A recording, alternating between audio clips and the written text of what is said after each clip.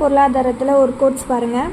யார் சொல்கிறாங்க அப்படின்னா சர் மால்கம் டார்லிங். ஓகேவா? 1925ஆம் ஆண்டு என்ன சொல்கிறாங்க அப்படின்னா, ஒரு இந்திய உழவன் கடனிலே பிறந்து கடனிலே வாழ்ந்து கடனிலே இறந்து அவன் சந்ததிக்கும் கடனையே விட்டு செல்கிறான் அப்படின்னு சொல்லிட்டு அவருடைய கோட்ஸை நல்லா நோட் பண்ணிக்கோங்க. ஓகேவா? யார் அப்படின்னா சர் மால்கம் டார்லிங் 1925. பெயர்வை பற்றி சொல்லி கொடுத்துருக்காங்க பாருங்கள்.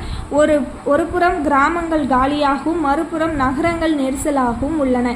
இதையே இரட்டை நஞ்சாக்கள் அப்படின்ட்டு சுமாசர் அப்படின்றவர் குறிப்பிட்டிருக்கார். ஓகேவா?